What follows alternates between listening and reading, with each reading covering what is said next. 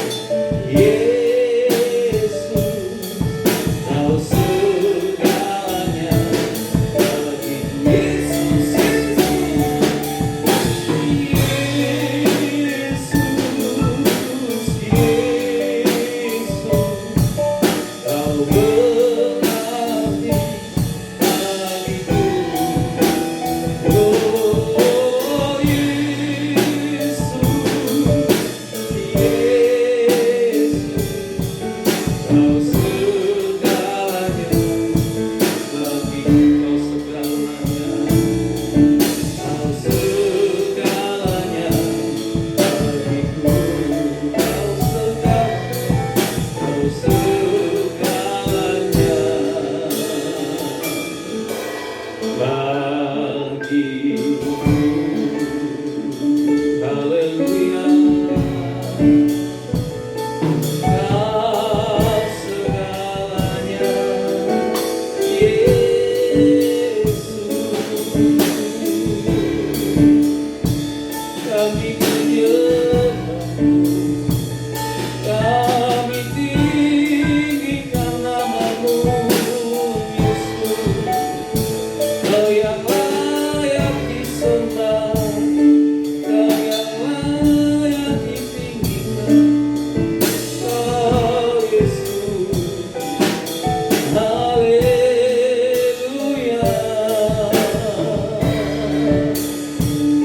Nama kaya nama syikiri namamu, ini nama kaya namamu.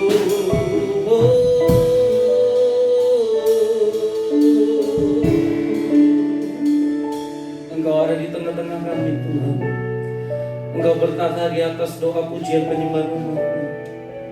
Ketika kami merindukan Engkau, maka Engkau Tuhan hadir. Engkau bertahta. Dan setiap kami mau rindu lebih lagi memuji dan menyembah Tuhan.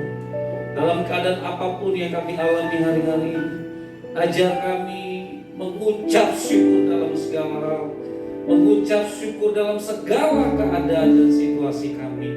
Dan kami mau bersuka cita karena Tuhan kami, di dalam nama Tuhan Yesus Kristus. Mari semua kita yang siap memuji Tuhan lebih lagi sama-sama katakan amin. Amin, haleluya. Puji Tuhan. Segala pujian syukur harus keluar dari bibir mulut lidah kita dan hati kita yang penuh dengan sukacita. Haleluya. Segala puji syukur hanya bagi Tuhan kami, sebab hanya Engkau yang layak disembah. Segala puji syukur, haleluya. Segala puji syukur hanya bagimu Tuhan, sebab Kau yang layak dipuja. Kami mau bersorak.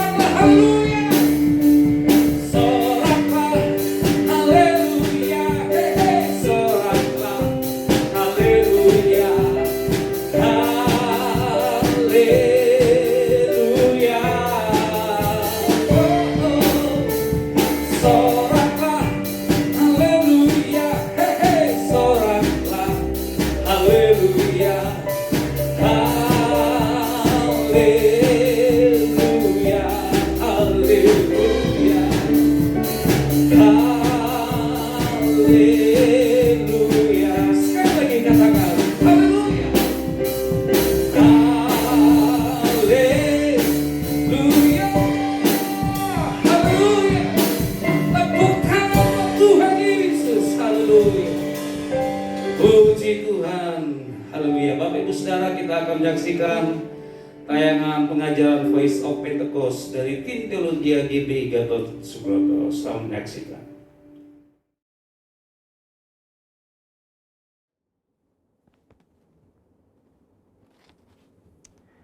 Shalom semuanya. Di dalam Voice of Pentecost hari ini, kita akan membahas seorang tokoh yang luar biasa di dalam Alkitab. Dia adalah Musa. Terbukti 65 kali Alkitab mencatat bahwa Tuhan berbicara dan berfirman kepada Musa. Dan tidak ada nabi lain di dalam Alkitab yang sama seperti Musa. Nah, bukankah sebagai seorang percaya kita rindu untuk terus intim dan dapat bercakap-cakap dengan Tuhan? Karena itu, mari kita sama-sama mempelajari beberapa kualitas dari seorang nabi yang sangat menginspirasi dari zaman ke zaman secara singkat. Yang pertama, Musa memilih hidup dalam kebenaran. Dalam Ibrani 11 ayat 24-26 dijelaskan, karena iman, maka Musa setelah dewasa menolak disebut anak putri Firaun. Karena ia lebih suka menderita sengsara dengan umat Allah daripada untuk sementara menikmati kesenangan dari dosa. Ia menganggap penghinaan karena Kristus sebagai kekayaan yang lebih besar daripada semua harta Mesir. Sebab pandangannya ia arahkan kepada upah. Yang kedua, Musa rela diproses Tuhan. Setelah Musa melarikan diri dari tanah Mesir, ia hidup dengan sangat berbeda di tanah Midian sebagai pendatang.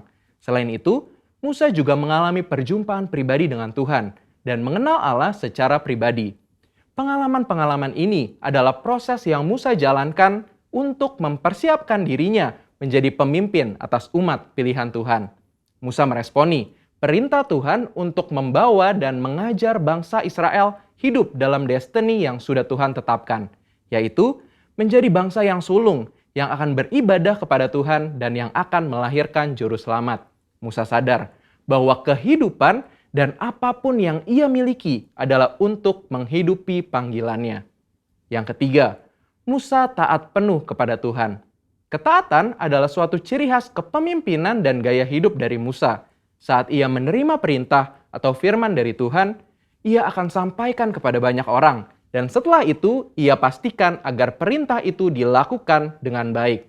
Dalam berbagai kesempatan, Musa hanya mau mengambil tindakan jika memang Tuhan perintahkan demikian. Ini adalah suatu sikap penundukan diri yang luar biasa kepada Tuhan. Musa selalu menempatkan Tuhan sebagai pemimpin utama atas bangsa Israel, dan ia sebagai hambanya. Yang keempat, Musa selalu ingin adanya penyertaan Tuhan. Ketika bangsa Israel melakukan penyembahan kepada patung lembu emas, Tuhan memutuskan bahwa ia tidak akan berjalan bersama bangsa Israel ke tanah perjanjian, tetapi malaikat yang akan menuntun mereka. Apa reaksi Musa? Dia menolak untuk dituntun oleh malaikat, tetapi hanya mau dituntun oleh Tuhan. Musa bahkan menolak untuk disuruh berangkat dari padang gurun Sinai ke tanah perjanjian jika bukan Tuhan sendiri yang memimpin dia dan bangsa Israel. Musa menunjukkan bahwa bagi dia, penyertaan Tuhan adalah segala-galanya. Yang kelima, Musa mengejar hadirat Tuhan sekalipun ada resiko. Musa pernah meminta untuk melihat Tuhan di dalam kemuliaannya. Pada zaman itu, permintaan ini sangat beresiko, karena siapapun yang melihat Tuhan beresiko mati, karena karya salib Kristus belum terjadi. Pendeta Tommy Tenney dalam buku God Chaser menuliskan bahwa jika kita ingin benar-benar melihat Tuhan, kita harus siap mati. Mati atas keinginan duniawi, mati atas hasrat dosa, dan hidup bagi Kristus. Yang keenam, Musa bersyafaat bagi bangsanya. Salah satu tindakan Musa ketika Tuhan begitu marah kepada bangsa Israel yang melakukan dosa adalah dia bersyafaat bagi bangsa Israel. Bersyafaat artinya berdiri di hadapan Allah, memohonkan doa secara sungguh-sungguh bagi orang-orang tertentu. Tindakan syafaat Musa akhirnya membuat Tuhan mengubah keputusannya. Kita sebagai umat percaya perlu bersyafaat bagi bangsa kita. Yang ketujuh, Musa memiliki hati yang lembut.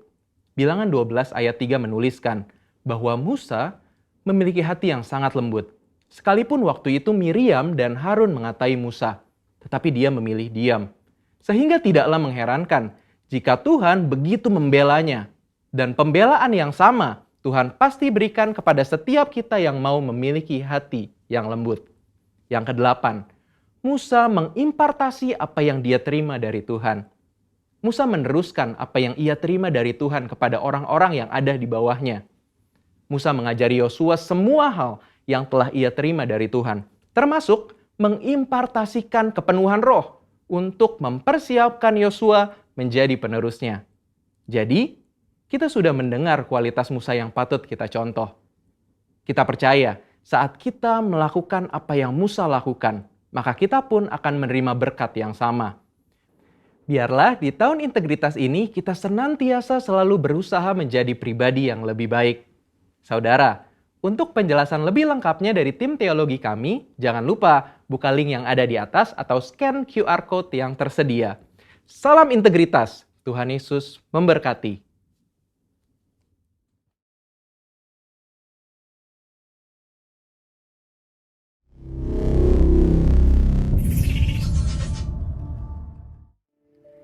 Puji Tuhan Bapak Ibu Saudara, saatnya kita akan mendengarkan firman Tuhan. Biar firman Tuhan bertumbuh, berbuah dalam hidup kita. Engkau yang menyelidiki setiap hati kami Tuhan. Apakah setiap kami mengasihi Engkau? Tidak ada yang tersembunyi Tuhan. Terima kasih Tuhan. Selidiki aku, lihat hatiku, apakah ku sungguh mengasihimu, Yesus, Kau yang Maha Tahu dan menilai hidupku. Tak ada yang tersembunyi bagimu. Selidiki aku, lihat hatiku, apakah ku sungguh mengasihimu, Yesus, Kau yang Maha Tahu dan menilai hidupku.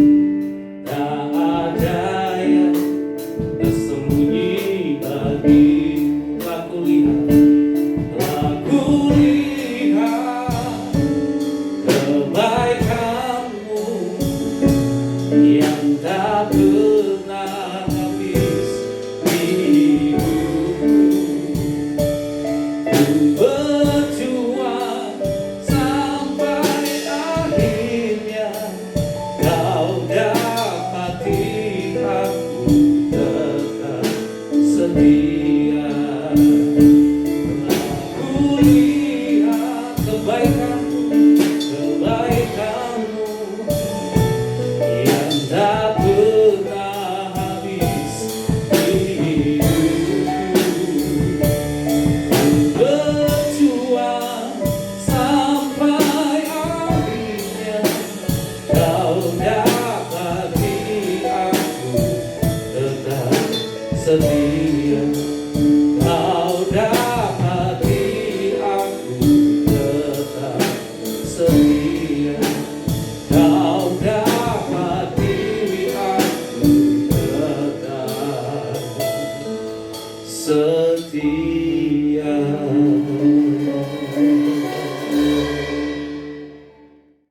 Haleluya, haleluya, haleluya, haleluya.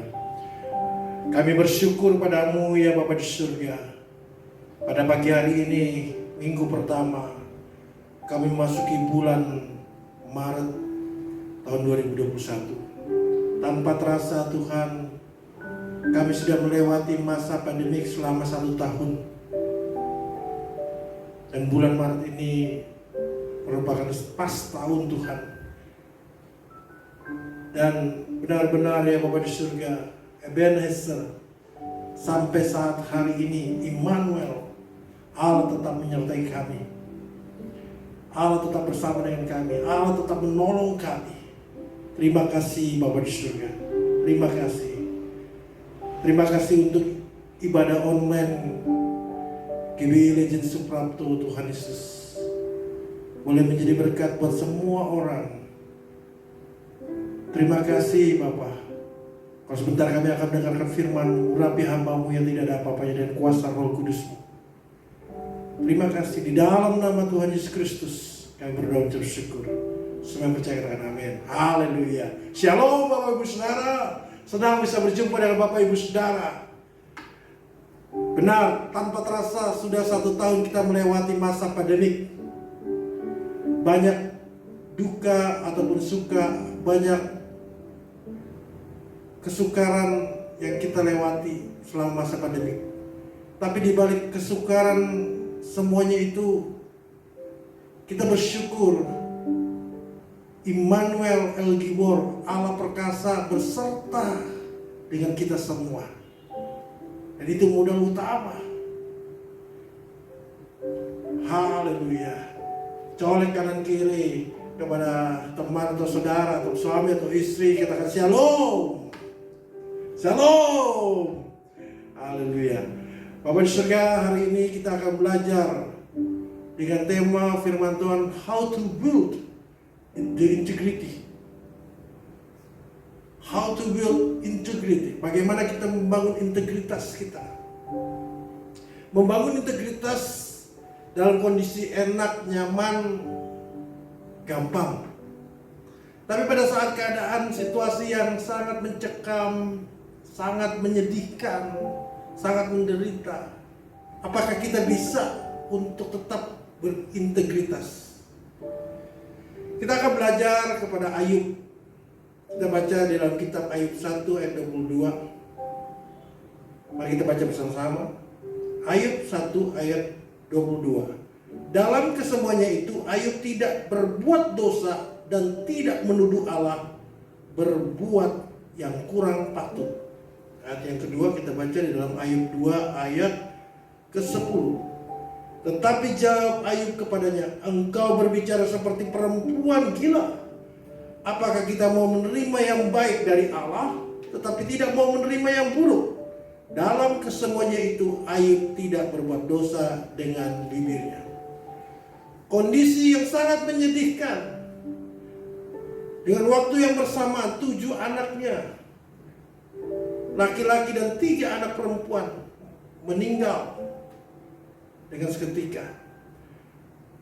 Dan 7.000 kambing domba, 3.000 unta, lembu, ada 1.000 ekor, dan keledai 500. Seketika itu ludes,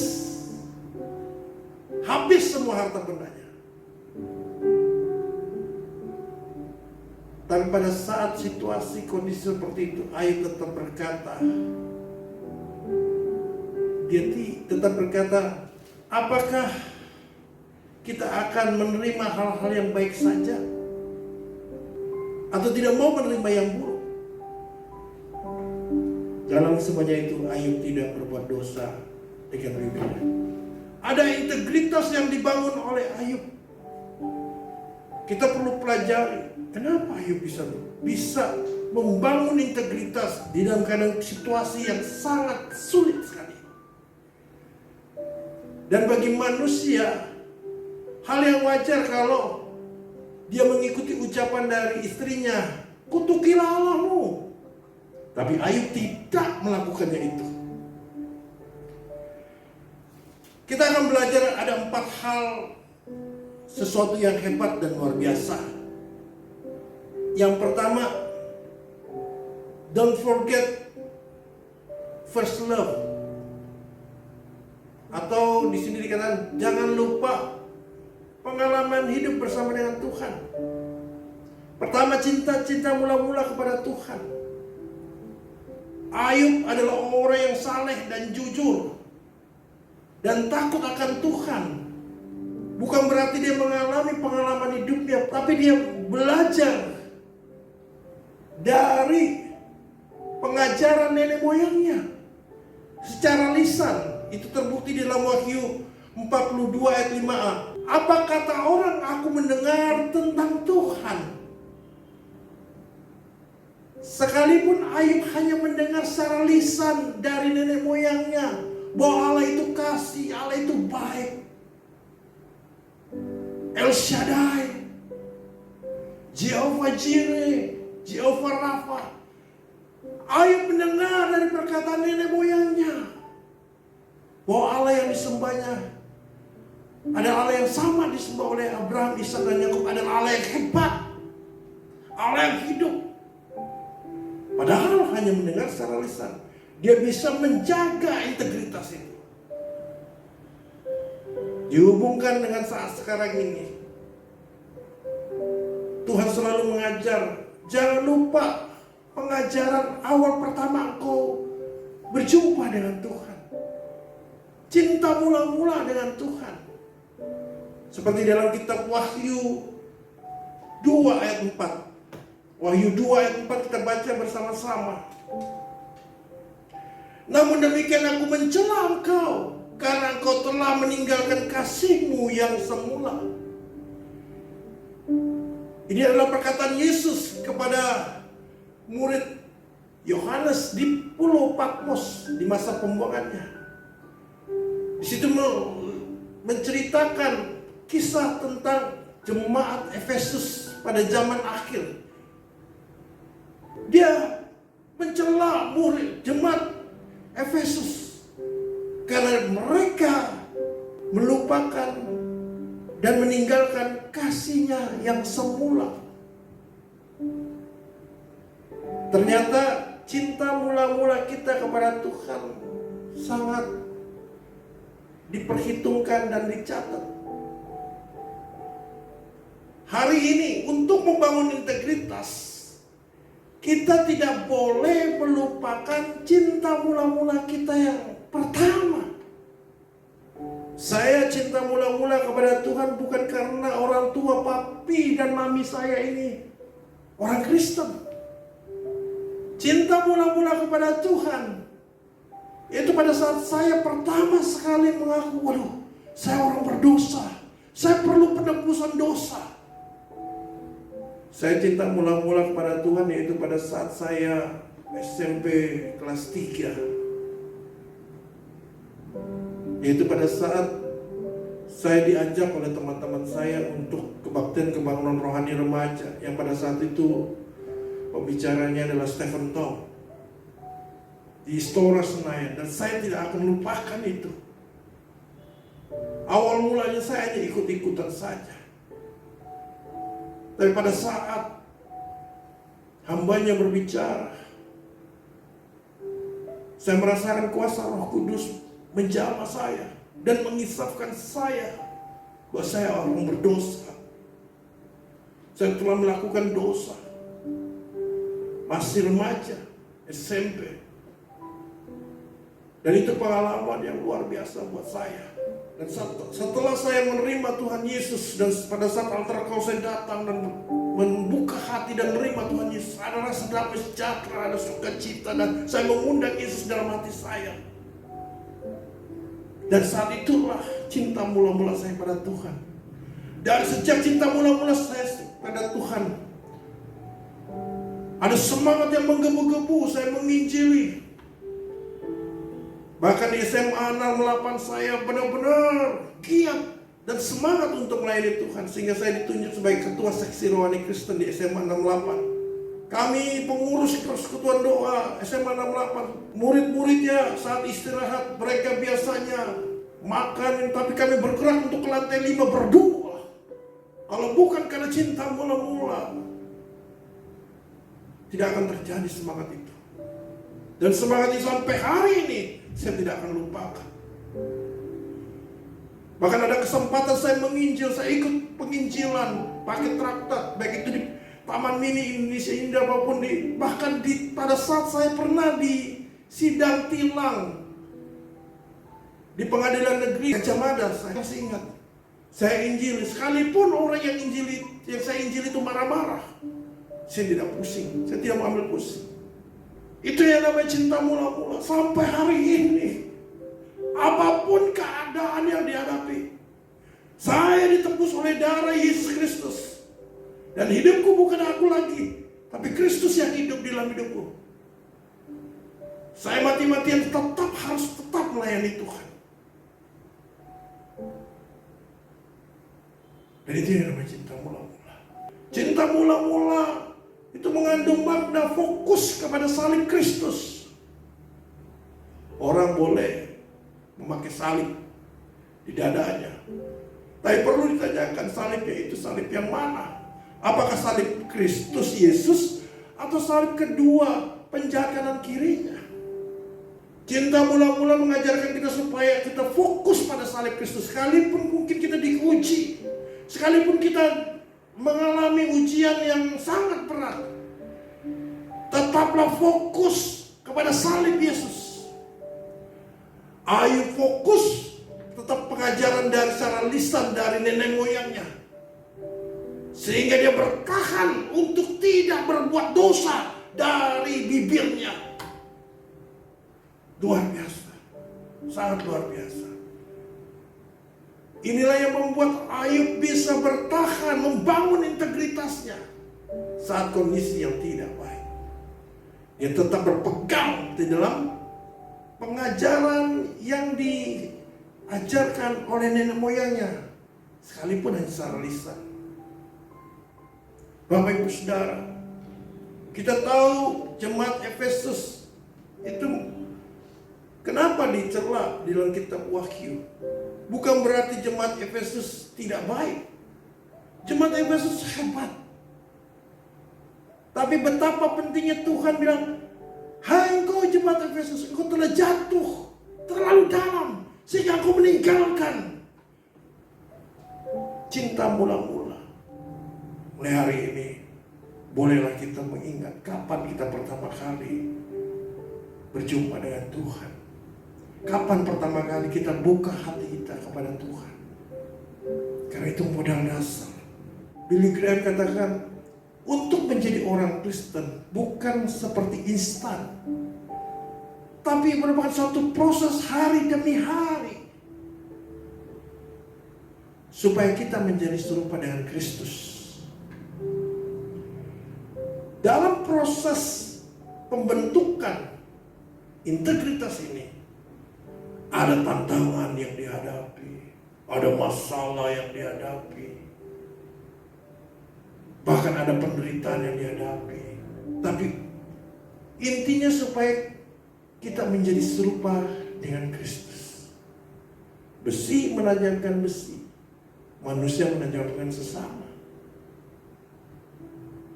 Kadang-kadang gara-gara sesama kita konflik. Dari konflik itu kita ambil maknanya supaya kita penuh sabar, ada kasih, dan mengampuni. Dan itu adalah karakter Kristus.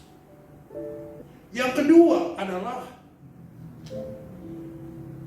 latih seluruh tubuhmu. Latih seluruh tubuh.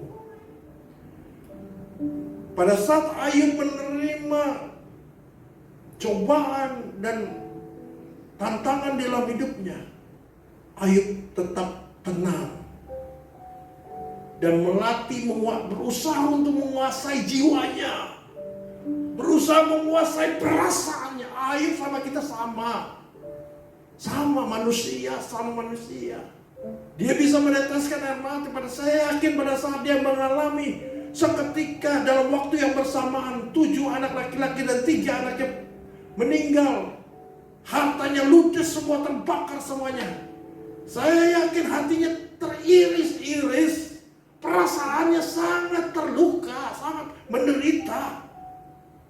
Tapi dia berusaha untuk tenang dan fokus kepada Tuhan, supaya tidak berbuat dosa. Dan hebatnya Ayub, sehingga dikatakan di dalam Ayub 1:22, dalam semuanya itu Ayub tidak berbuat dosa dan tidak menuduh Allah berbuat kurang patut. Kadang-kadang kalau kita mengalami cobaan, ujian, mungkin kita mengucapkan, Tuhan, bukankah aku sudah melayani ini, berkorban demi ini di dalam pelayanan, tapi kenapa mengalami cobaan yang berat ini, jangan sekali-kali ucapan itu keluar. Bukan apa yang kita rasakan yang baik buat kita, belum tentu baik buat Tuhan. Tuhan adalah penjunan. Kita ini tak ada lihat yang dibentuk oleh Tuhan supaya menjadi bejana, supaya kita menjadi kebanggaan bagi Tuhan. Sehingga pada saat kita benar-benar melatih seluruh tubuh kita, melatih seluruh emosi kita, bersikap tenang menghadapi masalah, itu pada saat itulah kita membangun integritas. Banyak orang katakan, ayo integritas, ayo jadi integritas. Tapi bagaimana membangunnya? Wah, yang pertama kita sudah belajar supaya kita fokus pada cinta yang mula-mula, pada fokus pada salib Yesus. Dia telah mati bagi kita dan sudah menebus dosa-dosa kita, dan hidup kita diperbaharui hari demi hari. Dan yang kedua, kita sudah belajar bahwa kita harus melatih seluruh tubuhku. Bahkan Rasul Paulus disitu dikatakan di dalam 1 Korintus 9 ayat 27, melatih seluruh tubuhku dan menguasai seluruhnya. Saya ulangi, 1 Korintus 9 27, melatih seluruh tubuhku dan menguasai seluruhnya. Jadi seluruh emosi kita, pikiran kita, perasaan kita, keinginan kita harus dilatih dan menguasai seluruhnya, supaya kita jangan berdosa. Penting sekali ucapan bibir kita harus kendalikan, supaya kita belajar seperti Ayub. Dalam hal ini Ayub tidak berbuat dosa dari perkataan yang keluar dari bibirnya. Yang ketiga, your special time, pray, praise, and worship. Kita perlu waktu khusus untuk berdoa, memuji Tuhan dan menyembah Tuhan. Ini penting sekali. How to build your integrity. Poin yang ketiga adalah kita harus siapkan waktu yang spesial setiap hari. Pray, praise, and worship. Ayub memprioritaskan pagi-pagi dia bangun mempersembahkan korban bakaran. Di dalam Ayub 1 ayat 5, Ayub bangun pagi-pagi mempersembahkan korban bakaran.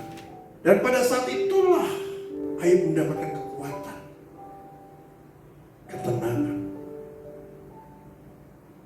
Daniel, saat dia mengalami masa pembuangan bangsa Israel pada zamannya Raja Nebukadnezar, sangat kesusahan sekali. Tapi Daniel di masa perasingannya, masa pembuangannya, Daniel tetap berdoa. Dalam Daniel 6 ayat 10, 3 kali sehari Daniel berlutut berdoa dan memuji Tuhan. Itu di masa pembuangan bangsa Israel. 3 kali sehari Daud berlutut berdoa dan memuji Tuhan. Sangat penting sekali. Sehingga Daniel selama masa perasingan dia tetap berintegritas. Dia tidak menyimpang imannya dari ke kanan ataupun ke kiri. Dia tetap fokus pada Tuhan. Bahkan sampai dimasukkan dalam lubang gua singa, Daniel tetap tenang, bertahan dalam integritasnya. Karena dia tahu Immanuel El Gibor, Allah yang perkasa beserta dengan kita. Sehingga Daniel bisa melewati masa kesulitannya, masa kesukarannya, masa mencekamnya di gua singa yang dikhususkan diberikan kepada Daniel. Daniel difitnah, tapi Daniel tetap kuat, tetap jaga integritas karena dia berdoa. Waktu khusus untuk berdoa memuji Tuhan, dia bisa bertahan di dalam integritas. Bahkan Yesus meneladani, menjadi teladan buat kita semua di dalam Markus 1 ayat 35. Markus 1 ayat 35. Teladan Yesus pagi-pagi benar, hari masih gelap. Yesus berdoa. Yesus berdoa saat itu pada saat Yesus seutuhnya sebagai manusia. Dia berdoa kepada Bapa di sorga. Pagi-pagi benar, hari masih gelap. Pentingnya kita memprioritaskan kepada Tuhan. Carilah dahulu kerajaan Allah dan kebenarannya, maka semuanya itu akan ditambahkan kepadamu. Ingat, Allah tidak pernah berjanji menghilangkan tidak adanya masalah, pergumulan dan cobaan. Tapi Allah berjanji, aku menyertai engkau saat kau menghadapi pencobaan dan ujian. Jemaat mula-mula dalam Kisah Para Rasul 2 ayat 42, mereka bertekun di dalam doa. Bapak Ibu Saudara, jemaat mula-mula memiliki integritas, tetap memiliki iman kepada Tuhan, sekalipun tantangannya, nyawanya hilang, dikejar-kejar oleh Saulus. Pada saat itu Saulus mengejar pengikut Kristus. Bahkan seorang rasul Stefanus dituduh, difitnah, sampai dihukum hukuman rajam, dilempari batu, berakhir dengan kematian. Stefanus tetap bertahan dalam integritasnya. Apa yang menyebabkan Stefanus bisa bertahan? Karena Stefanus berdoa, dipenuhi oleh Roh Allah. Ini penting sekali. Ini adalah kunci ketiga bagaimana kita bisa membangun integritas. Sehingga pada saat kita menghadapi tantangan, ayo berintegritas, ayo miliki integritas. Saat kau menghadapi cobaan, kau bisa kuat dan bertahan integritasmu. Yaitu engkau memiliki akar doa yang kuat, yang hebat. Hubungan dengan Tuhan tidak pernah terputus. Makanya Rasul Paulus di dalam doanya, yaitu dalam Efesus 3 ayat 19, dipenuhi supaya jemaatnya, supaya kamu dipenuhi dalam seluruh kepenuhan Allah. Karena itulah kekuatan kita. Kita menerima Roh Kudus, ya dibaptis oleh Roh Kudus hanya sekali. Tapi dipenuhi oleh Roh Kudus hari demi hari, selalu diperbaharui. Makanya relakanlah hidup kita dipimpin oleh Roh Allah. Roh Allah yang akan menuntun kita, sehingga pada saat kita mengalami kesedihan, kita diberikan, dihiburkan. Pada saat kita mengalami lemah, kita dikuatkan, sehingga kita bisa berkata seperti Rasul Paulus, dari kelemahan itulah, justru dari kelemahan kita lah, di situ kekuatan Tuhan. Segala perkara dapat kutanggung di dalam Dia. Oh dahsyat. Dan ini semua adalah pengalaman hidup. Journey. Ini adalah perjalanan hidup. Life journey. Perjalanan hidup orang Kristen tidak seperti jalan tol, om dan tante sis, bro. Tidak seperti jalan yang mulus. Bahkan ada kerikil-kerikil yang tajam. Harus mau tidak mau harus kita lewati. Bahkan kita melewati jalan setapak. Bahkan kalau kita lihat dengan mata jasmani kita, wah di situ ada jurang. Tapi Tuhan bilang, jalan terus. Ini yang poin ketiga yang kita harus lakukan supaya kita bisa membangun integritas. Poin yang keempat, yang terakhir. Your community to be unity. Artinya membangun komunitas yang menjadi satu, yang membangun iman. Kisah Rasul 2 ayat 42. Jemaat mula-mula bertekun di dalam persekutuan. Artinya di dalam persekutuan itu kita mendapatkan mentor, dan kita sebagai menti diarahkan. Jangan merasa bahwa diri kita paling benar, tidak bisa begitu. Kita tetap memiliki mentor seperti saya. Walaupun saya sudah menjadi gembala, saya punya mentor saya. Bahkan banyak mentor-mentor saya. Karena kita semua manusia, belum sempurna. Suatu saat kita mengambil kesalahan, melakukan kesalahan. Dan biarlah kesalahan itu menjadi pelajaran, dan perlu ada yang diingatkan. Seperti Daud dan Nathan, persahabatan persekutuan. Sehingga pada saat Daud jatuh dalam dosa, ditegur oleh Nathan. Seperti Paulus dan Timotius. Timotius adalah mentinya, dan Paulus adalah mentornya. Kita harus membentuk suatu persekutuan community yang baik.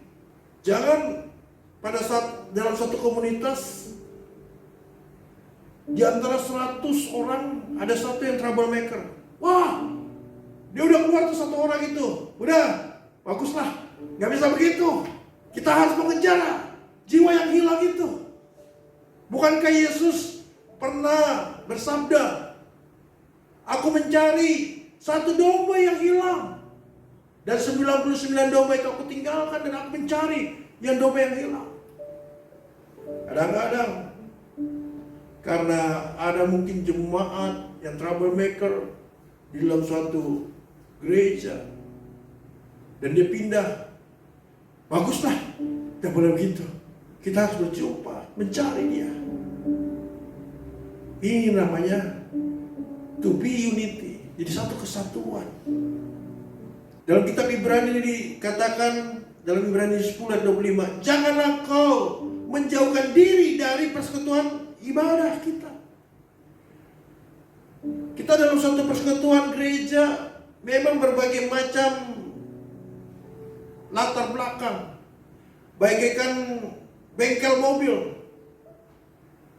Ada mobil yang benar-benar ringsek, perlu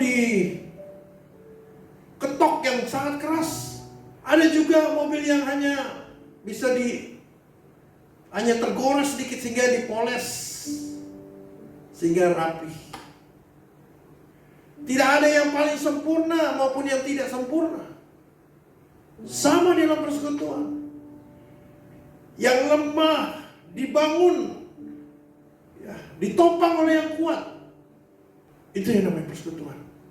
Saling bersama-sama, saling unity. Dan dalam suatu persekutuan, janganlah kita bocor gitu. Artinya bocor, wah, ada satu masalah, seseorang disebarluaskan ataupun ditambah-tambahkan sehingga sampai gosip kemana-mana. Harusnya kita saling mendoakan supaya mereka bisa kuat. Amin. Kita tidak punya wewenang untuk menghakimi seseorang. Kita hanya diajar supaya di dalam komunitas, di dalam persekutuan itu kita saling mendoakan. Sehingga saatnya nanti sampai di garis finish, kita mengakhiri dengan roh. Jangan kita mengawali dengan roh dan mengakhiri dengan kedagingan. Tapi awali dengan roh dan mengakhiri dengan roh. Sehingga kita bisa berkata seperti Rasul Paulus, aku telah menjadi teladan dan telah mengakhiri tugasku di dalam garis yang finish. Karena ingat, kenapa kita perlu namanya persekutuan yang membangun iman. Di dalam 1 Korintus 15 ayat 33, pergaulan yang buruk merusak kebiasaan yang baik. Penting sekali kita menjaga persekutuan di dalam Tuhan. Kalau sampai kita tersesat dan memiliki pergaulan yang buruk, maka kebiasaan-kebiasaan baik dalam persekutuan kita, kebiasaan baik kita akan dirusak. Makanya hati-hati di dalam pergaulan. Inilah poin-poin penting di dalam membangun integritas. How to build integrity. Yang pertama, don't forget first love. Jangan lupa cinta mula-mula kepada Tuhan. Dan yang kedua, latih seluruh tubuh kita. Latih seluruh tubuh kita. Yang ketiga, your special time, pray, praise, and worship. Perhatikan itu. Waktu intimasi dengan Tuhan. Kita taat dan kuat di dalam Tuhan. Membaca firman Tuhan. Dan poin yang keempat, your community to be unity. Komunitas kita menjadi satu kesatuan yang kuat, bukan terpecah belah. Amin. Biarlah firman Tuhan, pesan firman Tuhan ini menjadi kekuatan bagi kita semua. Dan apabila kita sudah membangun integritas ini, percayalah ada berkat Tuhan. Ayub setelah melewati masa cobaan dan lulus di dalam mempertahankan integritasnya, maka Ayub mendapatkan 2 kali lipat dari kekayaannya. Ya. Kambing dombanya yang sebelumnya 7.000 menjadi 14.000. Untanya yang 3.000 sebelumnya, setelah mempertahankan integritas, menjadi 6.000 ekor. Lembunya yang betina dan jantan 10.000 menjadi 20.000. Luar biasa dan dahsyat. Dan keledainya 500 ekor menjadi 1.000. Berlipat kali ganda. Ada berkat, ada reward yang Tuhan berikan kepada kita, kepada anak-anaknya yang sungguh-sungguh mengasihi Dia. Ada reward kepada anak-anak Tuhan yang memiliki kemenangan, yang berkemenangan di dalam Tuhan, berkemenangan di dalam mempertahankan integritas kita. Tuhan berikan mahkota yang hebat dan luar biasa. Maka penting sekali kita melatih setiap pagi, mempertajam pendengaran kita. Saya tutup di dalam firman Tuhan ini, dalam Wahyu 2 ayat 7. Siapa bertelinga, hendaklah ia mendengarkan apa yang dikatakan Roh kepada jemaat-jemaat. Barang siapa menang, dia akan kuberikan makan dari roti kehidupan yang ada di taman Firdaus. Berbahagialah mereka yang mendengarkan firman Tuhan dan yang melakukannya setiap hari. Ku telah mati dan tinggalkan cara hidupku yang lama. Semuanya sia-sia dan tak berarti lagi.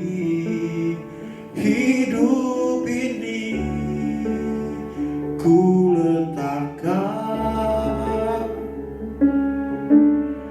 pada mesbah-Mu ya Tuhan.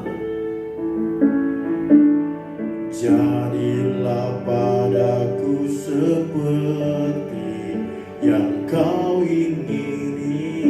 Mari kita bangkit berdiri. Haleluya. Ku telah mati dan tinggalkan cara hidupku yang lama. Semuanya sia-sia dan tak berarti lagi. Hidup ini ku letakkan pada mesbah-Mu ya Tuhan. Jadilah padaku seperti yang Kau ingini. Jadilah padaku seperti yang Kau ingini. Jadilah padaku seperti yang Kau ingini.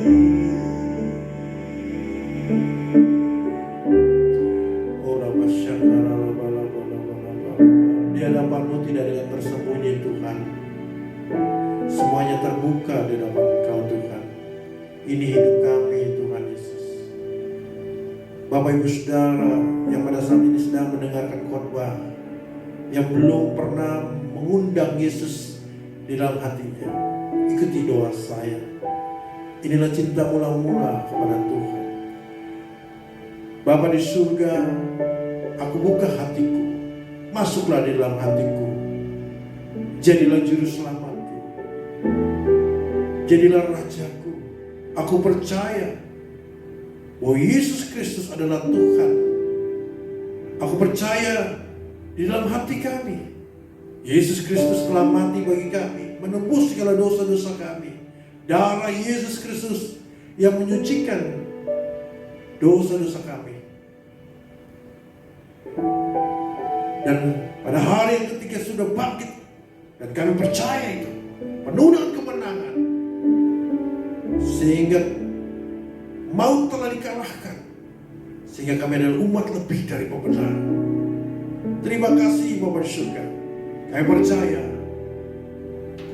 pada saatnya nanti Kau datang kedua kali akan menjemput kami sebagai mempelai-mempelai Kristus. Selama kami menantikan kedatangan Kau datang kedua kali, Maranatha, Tuhan ya Allah Roh Kudus, mampukan kami supaya kami diproses hari demi hari, diperbaharui supaya menjadi karakter Kristus, sehingga kami menjadi surat-surat Kristus yang dibaca oleh semua orang, dan banyak buah yang kami hasilkan yang baik, sehingga nama Bapa di surga dimuliakan. Terima kasih Bapa di surga, nama kami sudah ditulis dalam buku kehidupan. Kami percaya ya Bapa di surga. Haleluya, haleluya. Terima kasih. Bagian kami pada saat ini, kami harus bertahan membangun integritas kami dengan kekuatan dari kuasa Tuhan. Kami akan selalu ingat cinta mula-mula kami pada Tuhan, dan kami akan selalu melatih seluruh tubuh kami dan menguasainya, dan mempersiapkan waktu yang terbaik setiap hari, dan selalu berkumpul dalam persekutuan anak-anak Tuhan, sehingga kami saling mendoakan dan saling membangun nama Bapa di surga dimuliakan. Terima kasih Bapa di surga. Urapi kami anak-anak-Mu Tuhan, dimanapun mereka berada. Tuhan jamah yang sakit Tuhan sembuhkan oleh biru darah Yesus Kristus. Yang lemah Tuhan berikan kekuatan, bahkan yang berbeban berat Tuhan berikan kelegaan. Di dalam nama Tuhan Yesus terjadi. Kami percaya Tuhan, masa pandemi ini akan pasti akan berakhir dalam nama Tuhan Yesus Kristus. Terima kasih Tuhan. Kami berdoa untuk proses vaksinasi dimanapun di daerah seluruh Indonesia, biar vaksinasi ini berjalan dengan baik. Terima kasih Bapa surga. Kami percaya ini Engkau akan memulihkan negeri kami Indonesia dan memulihkan perekonomian kami semua. Buat apa yang kami lakukan menjadi berhasil dan beruntung. Bukakan tingkap-tingkap di langit, sehingga berkat Tuhan tercurah. Dalam nama Tuhan Yesus. Semua yang percaya katakan amin. Haleluya. Mari Bapak Ibu Saudara, kita persiapkan hati kita, ya, mempersiapkan untuk perjamuan kudus, sakramen, sehidangan dengan Tuhan. Siapkan roti dan anggur. Apabila di rumah tidak ada roti ataupun anggur, siapkan roti ataupun crackers, dan juga anggur. Kalau seandainya anggur tidak ada, siapkan teh. Demikian firman Tuhan.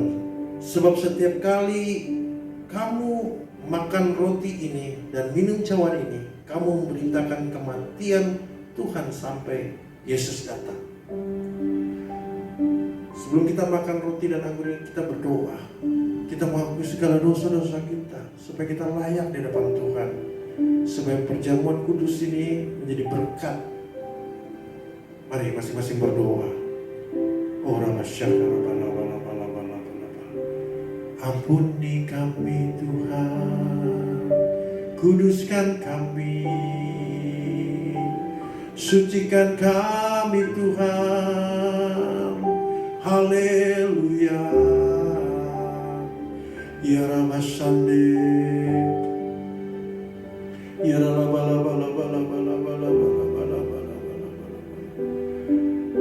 darah Yesus Kristus yang menyucikan kami.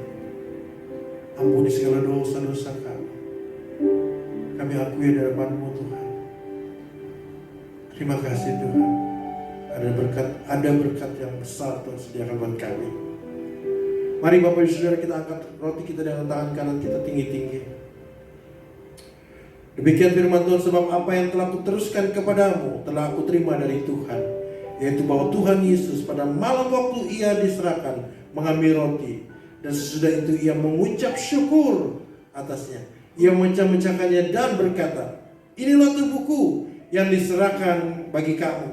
Perbuatlah ini menjadi peringatan akan aku. Kekasih Tuhan, biji mata Tuhan, bukankah roti yang kita angkat dengan tangan kanan kita tinggi-tinggi adalah persekutuan dengan tubuh Kristus? Katakan amin. Mari kita makan di dalam nama Tuhan Yesus.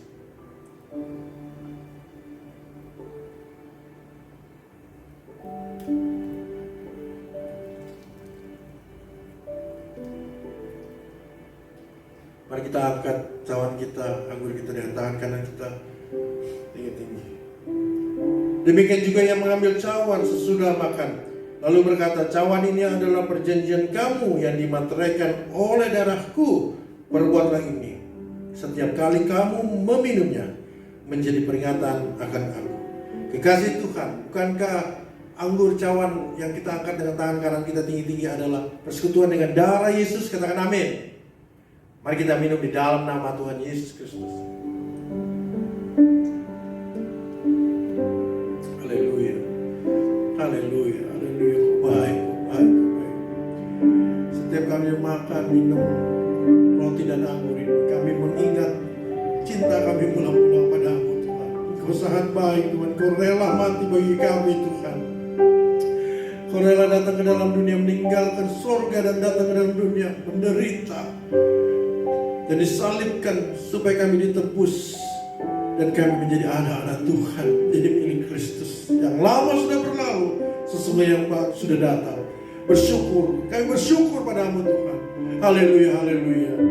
Terima kasih Yesusku, terima kasih Yesusku. Puji syukur hanya bagi Tuhanku.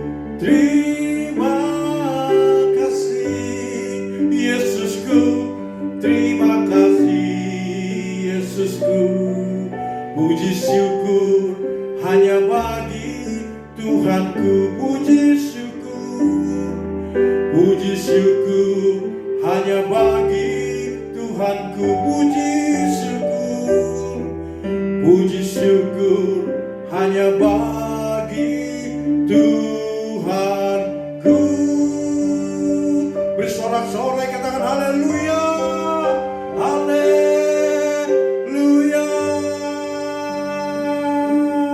Terima pengurapan dari Roh Kudus. Pencurahan Pentakosta ketiga terjadi, tercurah dalam nama Tuhan Yesus. Tercurah. Terima pencurahan Pentakosta dalam nama Tuhan Yesus. Haleluya, haleluya. Kami bersyukur Tuhan. Semua yang percaya dengan amin. Mari jemaat Tuhan, sebelum kita berdoa syafaat, kita mendeklarasikan Pentakosta ketiga. Pentakosta ketiga adalah pencurahan Roh Kudus yang dahsyat di zaman now, melebihi yang terjadi di Azusa Street. Pentakosta ketiga akan mengakibatkan penuaian jiwa yang terbesar dan yang terakhir sebelum Tuhan Yesus datang kembali. Pentakosta ketiga akan membangkitkan generasi Yeremia, yaitu anak-anak muda yang dipenuhi Roh Kudus, cinta mati-matian kepada Tuhan Yesus, tidak kompromi terhadap dosa, dan akan bergerak untuk memenangkan jiwa. Pentakosta ketiga lahir di Indonesia yang bergerak ke bangsa-bangsa. Gerakan ini dari timur ke barat dan akan kembali ke Yerusalem. Pentakosta ketiga akan memberikan kuasa untuk menyelesaikan amanat agung Tuhan Yesus, dan setelah itu Tuhan Yesus datang kembali. Mari Bapak Ibu Saudara yang terkasih, kita bersatu di dalam doa. Tuhan, kami mengucap syukur dan terima kasih Tuhan. Oleh karena kasih dan kemurahan-Mu, pada pagi hari ini kami boleh mengikuti ibadah online dari awal sampai akhir. Tuhan, kami berdoa buat hamba-Mu yang sudah menyampaikan firman-Mu Tuhan. Engkau urapi, Engkau berkati Tuhan. Engkau berkati pelayanannya. Tuhan pakai lebih lagi juga untuk kesehatannya, untuk keluarganya. Tuhan, kami menyerahkan ke dalam tangan-Mu. Biar Roh Kudus senantiasa menyertai. Terima kasih Tuhan. Kami juga berdoa untuk bangsa dan negara kami. Kami mengucap syukur Tuhan. Kami percaya kasih-Mu ada di negeri kami. Oh Tuhan, limpahkan Tuhan berkat-Mu, kasih-Mu dari Sabang sampai Merauke. Tuhan, kami menyerahkan bangsa ini ke dalam tangan-Mu. Biarlah Tuhan Engkau menjamah setiap pulau-pulau, setiap kota Tuhan, agar anak-anak-Mu boleh memuji dan membesarkan nama Tuhan. Terima kasih Tuhan. Curahkan Tuhan agar negeri kami Tuhan terbebas Tuhan dari bencana-bencana Tuhan. Oh Tuhan, Engkau mengasihi negeri kami. Engkau lihat Tuhan banyak mereka yang menderita. Biar Roh Kudus Engkau yang menghibur mereka, Engkau yang menolong mereka. Dan Tuhan, biarlah kami semua bertobat Tuhan. Kami datang kepadamu Tuhan. Kami mohon ampun atas segala dosa-dosa kami. Kami juga berdoa untuk pemimpin negeri ini Tuhan. Untuk Bapak Jokowi, Bapak Maruf Amin, Kapolri, Kapolda, Gubernur, wakil-wakil rakyat di MPR dan DPR, dan jajaran-jajaran yang ada di bawahnya. Roh Kudus, kami berdoa Tuhan, biar mereka boleh menjadi pemimpin-pemimpin yang takut akan Tuhan. Mereka memimpin dengan hikmat dari Tuhan. Terima kasih Tuhan. Biarlah Tuhan Kau memberi kekuatan Tuhan untuk Bapak Jokowi beserta keluarganya. Terima kasih Tuhan. Kami juga berdoa untuk bencana COVID-19 Tuhan, biar cepat selesai Tuhan. Engkau lihat anak-anak-Mu yang masih terbaring sakit, Engkau jamah, Engkau sembuhkan di dalam nama Tuhan Yesus. Engkau juga memberi kekuatan untuk tim para medis yang sudah bekerja menolong kami semuanya Tuhan. Biar Tuhan beri kekuatan yang lebih lagi Tuhan. Terima kasih juga Tuhan, kami berdoa buat mereka yang terkena musibah bencana alam Tuhan. Kau lawat mereka, Kau hibur mereka, apa yang menjadi kekurangan mereka Tuhan Kau sediakan. Pakai pemerintah kami Tuhan untuk membantu semuanya Tuhan, sehingga semua dapat berjalan dengan baik Tuhan Yesus. Kami berdoa juga pakai kami semua untuk dapat saling membantu satu dengan yang lain. Kami juga berdoa Tuhan, biar negeri kami cepat pulih dan perekonomian bangkit. Tolong mereka yang banyak kehilangan pekerjaan. Ya Bapa, kami percaya kuasa-Mu Tuhan. Engkau tidak akan tinggal diam. Engkau akan senantiasa menolong mereka yang mencari Engkau. Terima kasih Bapa, terima kasih. Kami berdoa untuk pemimpin rohani kami, Bapak Niko Raharjo beserta keluarganya, juga keempat wakilnya. Tuhan berkati pelayanannya, Tuhan berkati kesehatannya. Terima kasih Tuhan. Juga untuk KCK kami Pak Sony Wabdo, Tuhan Engkau memberkati segenap keluarganya, Engkau memberkati kesehatannya, Engkau berkati Tuhan supaya pelayanannya Tuhan pakai lebih lagi. Terima kasih Tuhan. Kami juga berdoa untuk gembala di tempat ini Bapak Gary Sarandi, Tuhan Engkau memberkati kesehatannya, Engkau memberkati pelayanannya dimanapun Bapak gembala kami melayani. Engkau menyertai, Engkau mengurapi. Juga untuk setiap pengerja di tempat ini, berikan roh unity Tuhan, supaya kami senantiasa bergandengan tangan, saling Tuhan menguatkan dan untuk bekerja hanya untuk kemuliaan nama-Mu.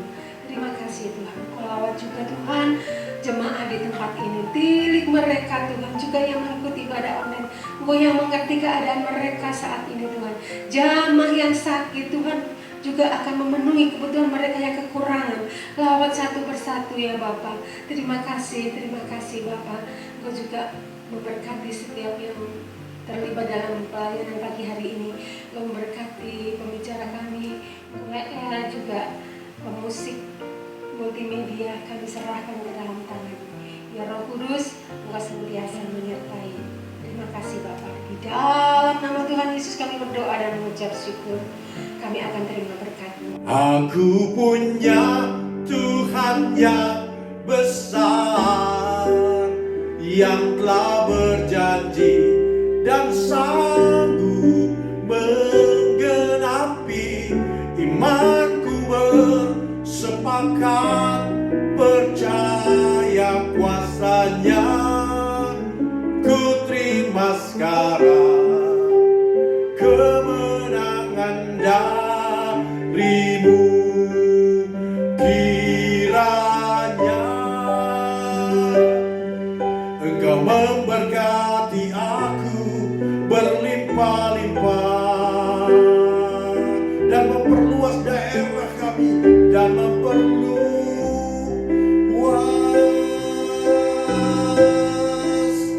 daerahku.